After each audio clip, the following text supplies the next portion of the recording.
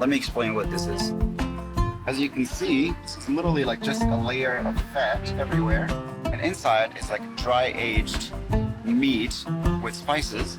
And then to cook it, you just use the fat and like literally like you take the meat and the fat, add some eggs, and you make, you know, a nice, delicious, meaty omelet for breakfast.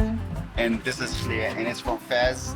And you can see, if you read Arabic over here, lekhlie and Fez. It's really good, very traditional. So the lekhlie that we saw in the market, and the fat, and the meat that is fermented and spiced. So you take it, put it in the tagine, and just cook it with some eggs. Perfect, beautiful. It's very nice for breakfast. So what about the name of this special food? Does it have any relevance? Yeah, it's called lekhlie, which kind of translates to scary. I have no idea why. I mean, it might have a different meaning in different regions. But if you translate it directly, it means scary. It doesn't look scary, but it's tasty.